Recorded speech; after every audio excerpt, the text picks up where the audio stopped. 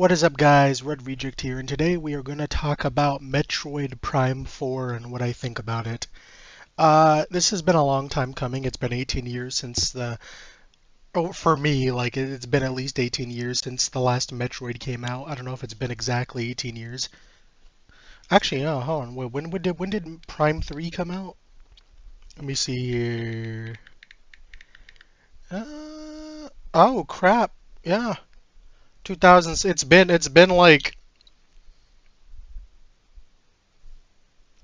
been 12 years. Let's see. No, no, no, no, no. Oh my goodness. Wait, no, no, no. Let me get my math correct, right? So it came out in 2007. This is at least 18 years later. Wow, it has been 18 years. I didn't think. I just had to like take that into consideration. It's been actually 18 years since the last Prime game. We've had like at least no 3, 4 Metroid games since then, with Metroid Federation Force and Metroid. There was a remake of Metroid Prime 2, and then there was Metroid Dread. I don't remember if there was any other Metroid games. I don't think there were. Metroid isn't really like the top Nintendo game. Anyways, so with that in perspective, I think we really can compare the original with this one. Okay. Straight off the bat, I'm going to mention the price. This one was $70. So essentially, you're waiting 18 years for a $70 game. At this point, it might be worth it. It has to be worth it. The amiibos are $20, $30. I know the Viola amiibo was quite pricey, being 30 to 40. So now you're looking at over $100 spent on this game. Over $100, 18 years, and a $70 base game price. Not to mention the Switch 2 is pretty pricey itself. If you're getting this game just for Metroid like me, I got this game just for Metroid. That's all I want, right? I don't really give a crap about Donkey Kong or Mario Kart. Mario Kart was booty, but I got it. Now, overall, I'm just gonna say I'm kind of disappointed with it. Now, let's get into that. At first, I want to like mention the gameplay. It is exactly like Prime 3, maybe a bit worse. And that's not a good thing. Prime 3 was very divisive with its linear kind of format, unlike being a huge interconnected world and everything just goes together fluidly with little to no loading screens. Instead, it is a big deserty area with multiple areas attached to it. Now, that wouldn't be a big problem if the big desert area wasn't just barren. It has nothing there. And throughout the game, you're supposed to get green crystals, which are essentially just kind of something you need to progress through the game and get upgrades.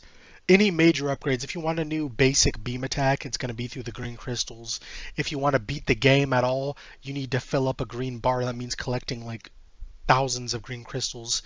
So that itself makes the game inferior because it just has you grind and grind and grind, almost like it's just trying to extend its length. Gameplay wise, you got everything.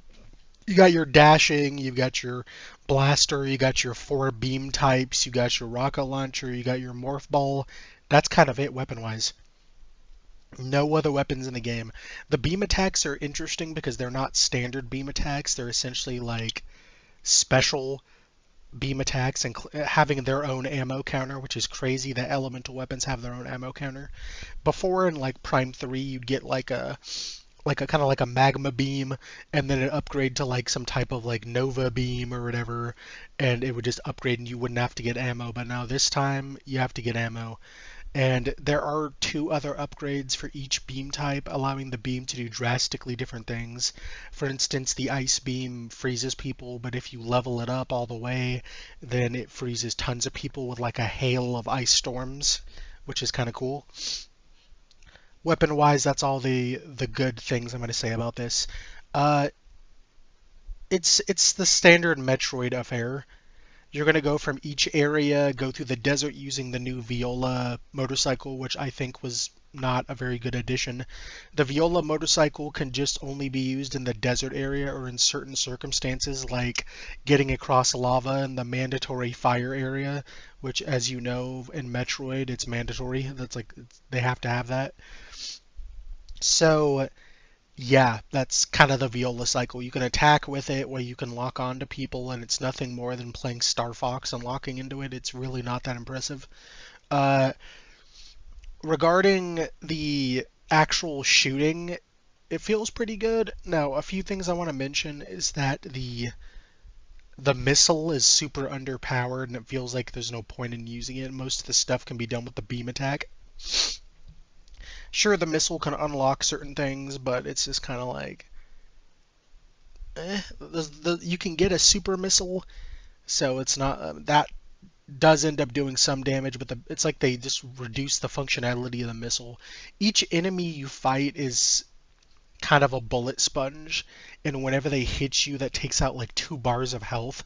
Like, she dies really fast, which is quite different from the other Metroid games when Samus was kind of a bulky individual. Everything in this game is faster. Samus's dashes are fast, the bullets are fast, enemy bosses are fast. If you're not careful and you don't know exactly what you're doing, you can die billions of times. So it is a pretty different game, difficulty-wise and enemy-wise. They tend to throw enemies at you over and over again, and it gets really boring. Uh, the moment they jump you with their new bad guys called grievers or whatever, they just keep throwing them at you for the rest of the game, and it gets really annoying how many enemies just kind of jump you. And even when you clear an area out, I'm pretty sure you could just get jumped. It's just kind of lame. As for map, the way the map is, I would say that it's pretty disjointed. The desert area is just essentially a huge flat like area. It's nothing more than the Hyrule area in Ocarina of Time. It was just a big flat area for you to go. Except this one's like probably twice the size and has absolutely nothing in it. The only thing for you to do is to get crystals, scan a few things, and maybe go solve some puzzles. And there's not a lot of puzzles there. There's like probably 7 or 8. So there's that. There are as many puzzles as there are beams because they're related to the upgrades. So I guess you could upgrade your beams if you want to, but there's nothing there. There are a few areas where you can collect items, and there's obviously plot related stuff in there. So nothing there is just there for you to really just get just for fun. It's all related to something. And while you're in the desert, you're going to get jumped by multiple enemies, which is really annoying. You get nothing for defeating them, they just annoy the shit out of you. So hope you like that. Now, once you're done with the desert area and go into an actual map, there's like 2 to 3 cutscenes that last 5 to 10 seconds, and they're really annoying because she just walks in a door. You hit another door, she walks out of the door. You go in like an elevator or a transport tube, and it transports you to another level, which is just another longer loading screen. It's really disjointed, and it really prevents the entire area from feeling like a big area. Now, as for the levels themselves, which we're going to remove the desert area for a bit. You already know how booty that is. And by the way, everything in the trailer you thought was bad about the game, it's going to be bad in the game. Anyways, the levels are your basic stuff. You got the jungle area, the ice level, the fire level, the thunder level. It's all pretty basic. The graphics are great. I think they're fantastic. They're kind of PS4 levels of good. Uh, the level design is where the game is worse than the third game. It's just a straight shot. It's like after Metroid Prime Corruption, they decided that each level was going to be just a long path with a little branches, and it's just kind of what it is. I found no reason to go back for the level. There wasn't ever an interesting area, or there wasn't ever upgrades that, you know, really changed the game. So I was just like, do I want 5 more missiles? Do I really want to go back and get 10 more elemental ammo? It's just kind of like after a while you're good to go, and anything more is overkill. It's just like if you want to spam missiles for 5 minutes, there you go. Uh, which is a shame because you think if they're going to make a new game, they might want to make some stuff worthwhile getting, but no, guess not. Uh, So yeah, the levels themselves look really good, and the enemies are different with each level, but a lot of enemies carry over, like those damn grievers that just the game likes to throw at you. Like, we get it, it's related to the plot, so you have to be familiar with them, but it's just so annoying. It's like if they kind of function like the Briodians from Metroid Prime 3. I don't know if you know who that is. But it's like if they just threw tons of enemies in a room and locked the doors until you kill them. And it's a lot like Returnal for the PlayStation 5. It's a lot like that, except Returnal was a much better game. It was probably better than Metroid Prime 4, looking back at it. Um, that's kind of how the levels are. The levels look pretty, but that's it. The atmosphere is kind of not as good. It's not as mysterious or creepy as the other games. There was one area where you did have to go into like a cryogenic area where they did experiments on people, and that one was kind of creepy, and I thought that looked cool, but there was really nothing interesting in there once I beat it. I didn't even go back for it. The scanning is still in the game, but it's nothing more than a brief description of what it is. There's less detail in it, and the lore is pretty not interesting. It's they essentially just did the Chozo thing over. The race is dying. They made a mistake, and now they're permanently extinct. And boohoo, it's up to Samus to avenge them, which leads me kind of into the story. You're essentially Silex is the big bad guy this time around, but in the story, he's nothing more than just a nuisance and kind of a bully. He pops in to ruin things and then he pops away. There's three Silex boss fights, and the first two are disappointing. The last one is a really bad, but we're going to get into that. Uh, Silex as a villain, he doesn't talk, he barely interacts with you. He talks at the very end, but that's it. You don't know anything about him. If you got the amiibo, you unlock a 100 the 100% reward is you get a backstory on Silex. If you didn't get that, you got to get 100%, and good luck with that. I don't really like playing this game. Uh, but it's just kind of it is what it is. The music is good on this game, I will give it that, but it's turned down really low and you can barely hear it, which really defeats the immersion. Uh, yeah, Silex is kind of mid. The overall plot is the standard Metroid Prime 1 plot. The new Federation troopers that they've introduced, while like a lot of people don't like them, I find a few of them to be enjoyable. Now, the issue that people had with the potentially was that it would be like a whole kind of thing where you'd be leading people to a destination, and if they die, the game is over. Congratulations, you were right. That's how the game is. Occasionally, you'll have dudes with you, and if they die, your game is over, and you have an ability to revive them, but that's kind of it.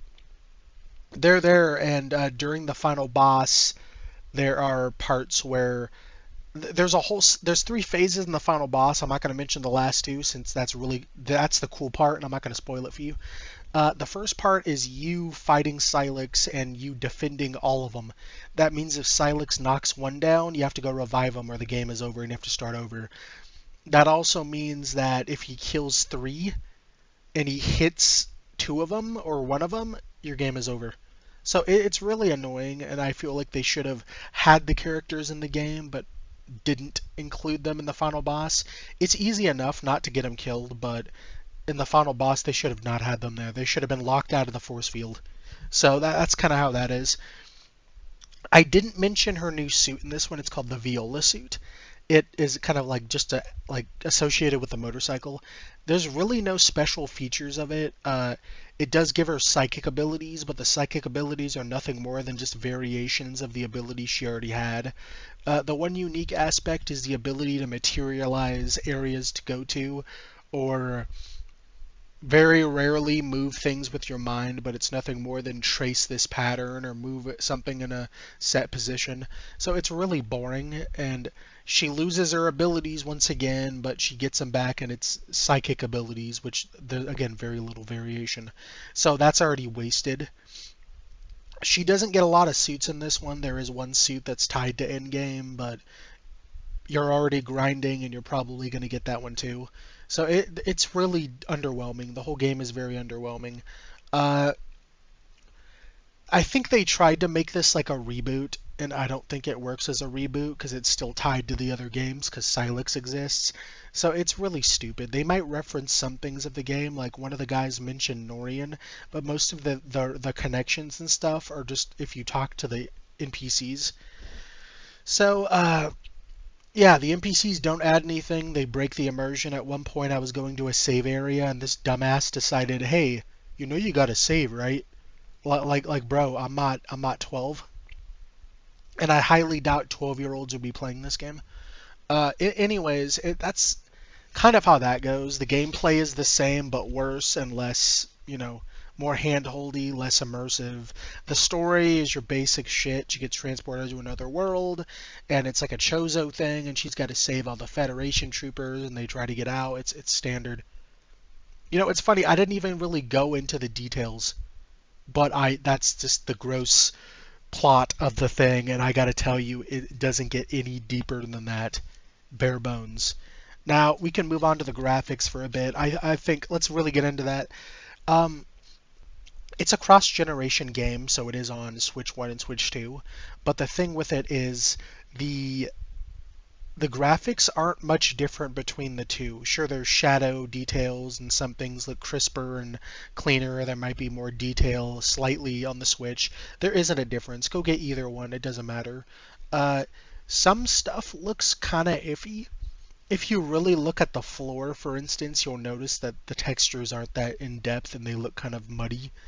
At one point during the first planet or the first like map or whatever, you can see PNG trees in the background. Like I'm not kidding, they look like PNGs. Something I could have like stolen from Google and then applied in a video game. It's really pathetic and it's really sad. The graphics do look good, but they're not good enough to flex on anybody. Like I can't be like, look at this game. Like I can't do that. It still looks pretty dated. Um, that's kind of that. I can't say anything else. Like everything looks good. The characters are good. I'm not gonna bash the graphics because I think they did a great job. This might be the best looking game on Switch. And lastly, let's talk about how fun it is. This is the issue with the game. Okay, so Metroid has always been about exploration and not having your hand held and the atmosphere, and it just gets you in a vibe of being like an explorer, right? Being like finding a lost civilization and finding the interesting lore behind it. That is the problem. You see, introducing all these nitwits that you have to find and follow, and they speak constantly like we're watching a Marvel film, it defeats the atmosphere. I never felt isolated. I never felt like exploring anything. I just did my objective and left. The lore is not as interesting. These guys are essentially just the budget version of Chozo, and they're not that interesting. Uh, the only area that got me really like just kind of atmospherically invested was probably the ice area because it involved it just kind of directly involved their downfall, which I found kind of interesting. I'm not going to get into that spoilers, but that's the only part that really got me and the really part where I got jump scared. So yeah, but yeah, it's there's like I just not to mention the music is super like the volume is low for some reason, so nothing ever sounds good, especially on my TV, which has a pretty good sound system. So by that the music is beautiful though, but like it kind of defeats the immersion. The gameplay loop is essentially the same as the other three games. There's nothing different. You can't go into the phase-on kind of hyper mode as the other game. That was the most interesting game thing that I thought of, even though it was OP and defeated the fun, or not even the fun, it defeated the difficulty. But still, this is like, there's nothing interesting. Even the new suit you get doesn't change the game a whole lot. It's the same thing. The levels are the same thing. They feel the same as in the other Prime games. The enemies don't really, while there are specific enemies each area, they're not that interesting. There's not like crazy enemies like in the first game, like the She-Goths or whatever, or the Bryonians or the Elysians. A lot of the enemies are these same exact enemies you're going to be fighting. And while the gameplay is fun, there's not much to it, dude. You don't get to punch people, which I've been wanting to do for a while. The psychic abilities can't really be used in fighting.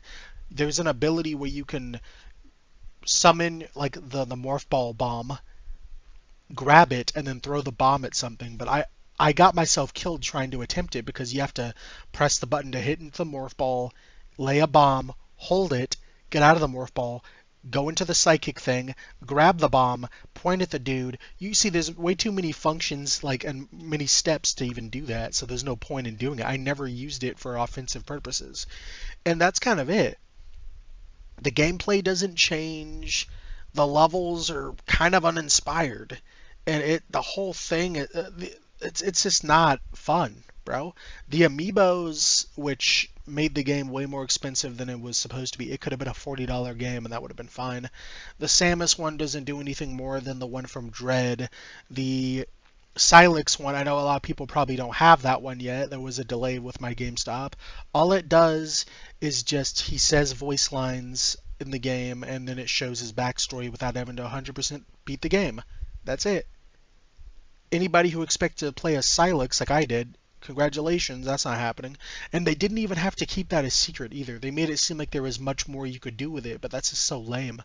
As for the Viola amiibo, that's the only big change. You get to unlock skins with the Viola thing, but the only way you can do that is to, again, drive the Viola through the boring-ass desert, which is boring. There's nothing there. Even the music isn't interesting. It's just atmospheric, just sounds. So the skins aren't even worth it. They're just color palettes. It's lame. So I'm already out a couple, like 150 by this point. So I'm not enjoying my time. I feel like I got robbed.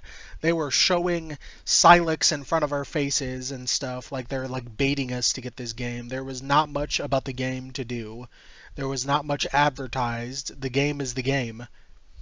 And let's get on that Silex fight, bro. That all this for essentially defending 5 people at once during a fight that would have been over pretty easily if they weren't there. And then there's like 2 other fights in that fight where they remove the guys and you don't have to do it, but it's still annoying. Now, regarding the desert, it has green crystals. Now, you run over the crystals and then you deposit them in something, allowing you to like get upgrades for your beam or whatever, which is something you probably need. And then if you fill the bar up all the way, you get a new suit, which is cool. Now, the thing is, from the start you can already do this, and you have no idea it's going to be mandatory. But before the last boss, the guy's like, hey, before you do this, you need to collect crystals.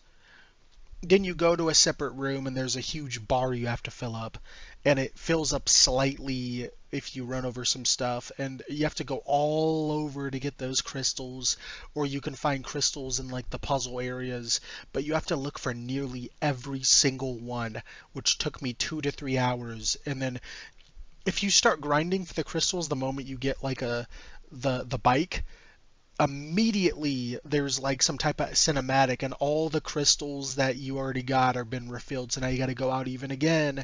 The best bet is to just wait until the end of the game to grind the crystals, but even then this means you have to play the game 3 extra hours of just non-stop driving through a boring ass desert where you're constantly getting assaulted. It's not fun. I don't want to replay this game really. I might replay it just because it's like a new Metroid game and I like taking in the scenery, but that's it. I don't want to beat it. I don't care about beating it. Some of the bosses are annoying as shit.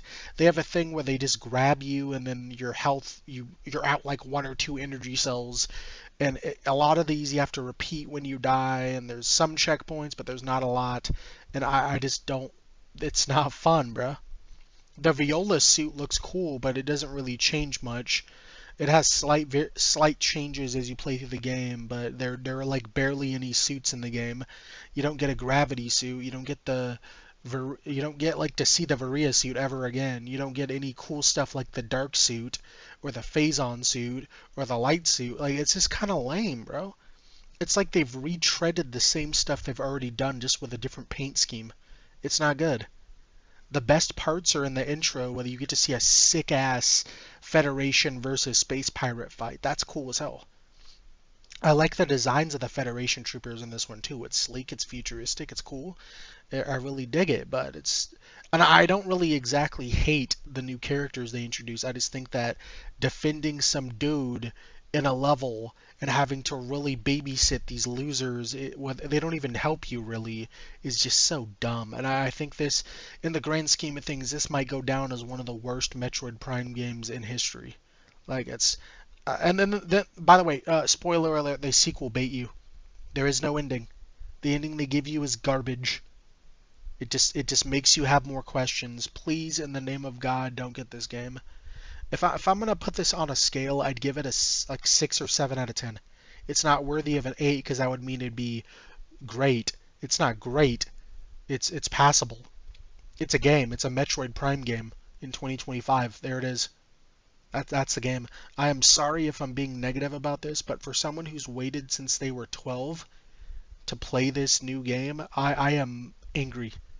I feel cheated. I feel robbed. I feel like I just like I I feel like I just waited my half my life for some garbage. And I'm about to hit my 30s right now. Like, when am I gonna see a new one? Like 40? Am I gonna see a new one when I'm 50? Like really? They had a lot to live up to, and I think Nintendo has very little faith in the Metroid Prime series or Metroid as a whole because they don't ever.